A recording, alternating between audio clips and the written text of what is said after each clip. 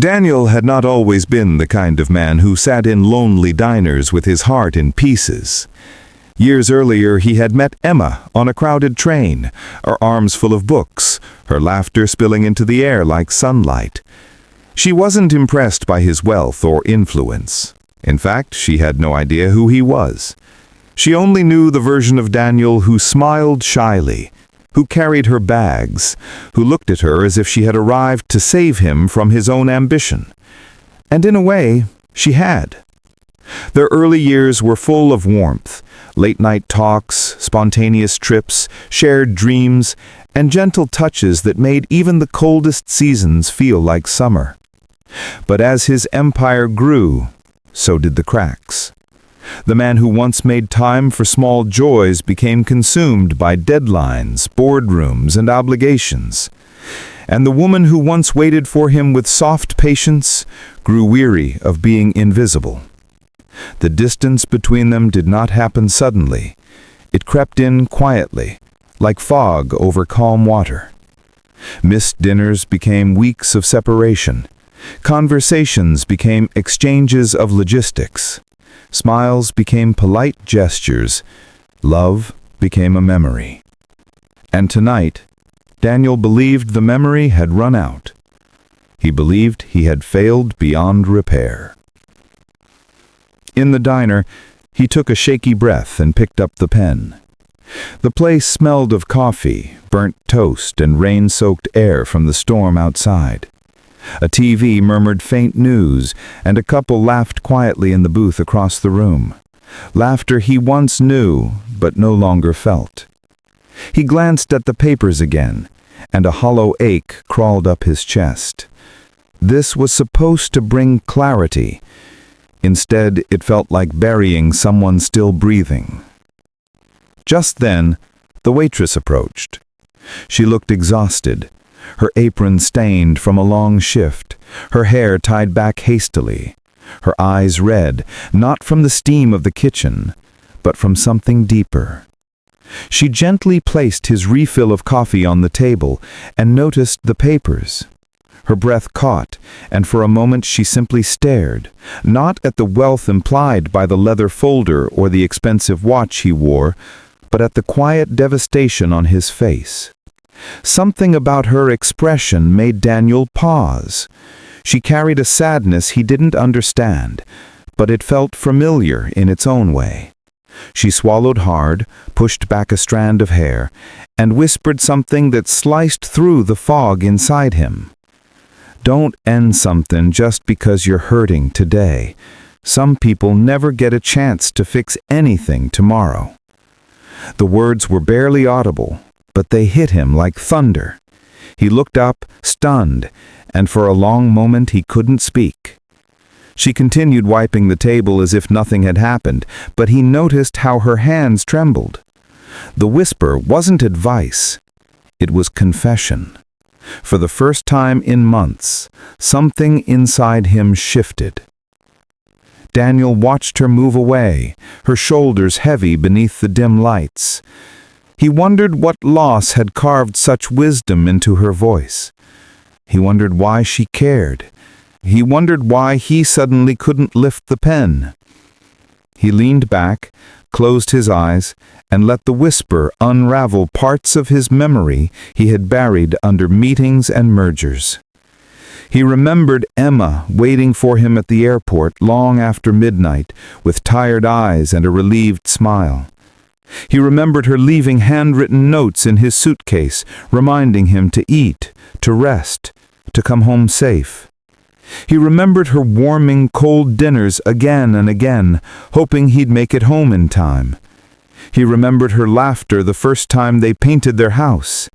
He remembered how she used to fall asleep on his chest. And he remembered the day she stopped waiting, stopped reminding, stopped smiling first, because she realized he wasn't really hers anymore. But maybe she hadn't stopped loving him. Maybe she had just stopped believing he still cared. The waitress's whisper lingered like a thorn and a lifeline, pulling him into memories he had avoided for too long. He opened his eyes and looked around the diner at the stranger, who somehow understood the weight of regret more than anyone in his world. He suddenly wondered whether he had been running away from pain instead of fixing the things he had broken. He wondered if Emma still reached for his pillow at night. He wondered if she still looked at the door when she heard footsteps. He wondered if she still hoped he would come home, not physically, but emotionally. The storm outside grew louder, rattling the windows, but Daniel's mind became unusually still. The divorce papers no longer felt like closure, they felt like surrender. They felt like a decision made by a tired version of him, not the man who once vowed to protect Emma's heart. He took a long breath and began reading through the papers again, not as a man escaping a marriage, but as a man realizing he had not fought hard enough for it. Hour passed. Customers came and went. The waitress continued working, wiping tables, refilling cups, stealing glances at the man who hadn't moved in a long time. When she walked by his booth again, Daniel quietly asked her what she meant. She hesitated, then slowly told him the truth, not in detail, but in fragments heavy enough to understand. She had lost her husband in an accident 6 months earlier, after weeks of arguments, miscommunications, and unspoken apologies. She had been planning to fix things. She thought they had more time, but time wasn't generous. It stole him away before she could heal what had been broken. And now she lived with the echo of last words she couldn't take back. Her whisper had not been advice. It had been a plea for someone else to avoid the haunting silence she carried every day. Daniel sat frozen, his throat tight. The diner felt different now, less like a place to disappear and more like a place where truths waited to be found. Outside, lightning cracked across the sky, illuminating the world in brief, startling flashes. He looked down at the divorce papers again, and for the first time all night, he pushed them away. He wasn't ready to sign, not because of fear, but because of possibility. Something inside him, something tender, buried beneath years of ambition, stirred awake. He left the diner with rain hitting his suit, wind pushing against him, and a new determination burning in his chest. He drove home faster than he had in months, heart racing with a hope he wasn't sure he deserved. The house felt unfamiliar when he entered, too quiet, too large, too empty. Every step echoed with memories of what once filled these walls: laughter, music, conversations they used to share. He walked through the hallway, past the framed photos he had stopped noticing, their wedding picture, a trip to the beach, her graduation. He paused at the living room doorway, breathing slowly, steadying himself. Emma sat curled up on the couch, her head resting on her knees, as if the weight of the world had folded her small. She looked tired, not from the day, but from months of emotional exhaustion. And seeing her like that, fragile, hurting, alone, broke him more than any set of legal documents ever could. The next hours were slow, raw, and full of emotion that had been suffocating them both for too long. He didn't speak loudly, he didn't justify or defend. He simply sat beside her and began peeling back the layers of silence they had both built. He told her about the diner, the papers, the whisper. He told her he wasn't giving up, and for the first time in months, Emma looked at him with eyes that held heartbreak and hope at the same time. Healing did not happen that night, but something more important did: understanding. In the days that followed, Daniel turned down meetings, postponed deals, cleared schedules he once believed were immovable. He relearned how to be present at breakfast, during conversations, in moments that were small but mattered. He learned to listen instead of assume. He learned to express instead of withdraw.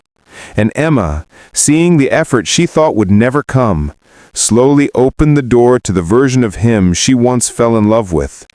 They took evening walks. They shared quiet cups of tea. They revisited places that once made them smile. They even argued. But this time they argued to fix, not to win. Every day felt like rebuilding a house brick by brick, with patience instead of perfection. Weeks later, Daniel returned to the diner, not as a man drowning in regret, but as a man saved by a whisper. He searched for the waitress, hoping to tell her that her pain had prevented his. But she had transferred to another town. She had moved on. Yet her presence lingered in the faded booth where he had almost destroyed his future. He left a generous envelope for her. No name, no contact, just a quiet thank you note that read, "Your whisper saved my marriage.